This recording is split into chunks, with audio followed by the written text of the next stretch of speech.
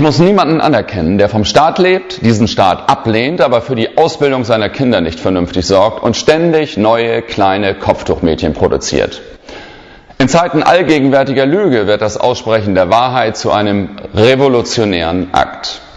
Sarrazin hat ein Buch geschrieben. Die Fakten sind bekannt, im Kern richtig und nicht neu. Aber die gleichgeschaltete Meute aus Politik und Massenmedien dreht durch. Sie wollen den Mann lynchen, weil sie ihm in der Sache nicht beikommen können. Rassist, Nazi, Antisemit, Faschist, pöbelt der Mob. Die Gesinnungsgestapo marschiert. Erst lynchen, dann exekutieren. In einem freien Land wird die Frage diskutiert werden dürfen, ob Angehörige von Kulturkreisen hier erwünscht sind, deren Religionsauslegung einem archaischen Menschenbild verpflichtet ist, die unsere fundamentalen westlichen Freiheiten verachten und noch dazu von Hartz IV leben.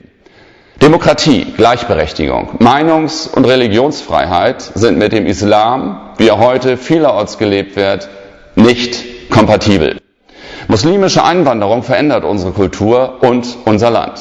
Eine solche Änderung will ich nicht. Keine Scharia in Hamburg, kein Muzein, der mich morgens weckt. Ich will mit Typen nichts zu tun haben, die ihre Frauen 5 Jahre lang prügeln, nur weil sie einmal den Schleier nicht getragen haben. Keine Ehrenmorde, keine Zwangsheiraten, keine Steinigung. Ach, und danke für den Hinweis, dass das natürlich nicht für alle Muslime gilt. Zum Beispiel nicht für die tapferen Perser, die sich gegen die faschistische Mullah-Clique wehren. Aber die Vertreter des moralischen Relativismus widersprechen.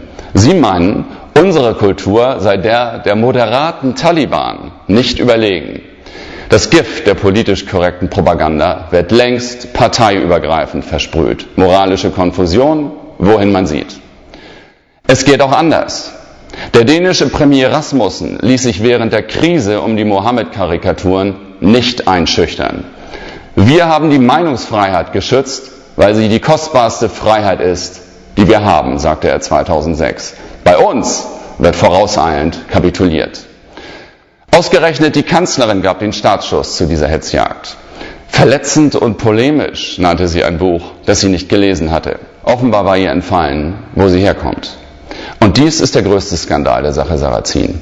Die Steinigung der Meinungsfreiheit, die Niederlage, die unserer Verfassung durch die höchsten Repräsentanten dieses Staates beigefügt wurde.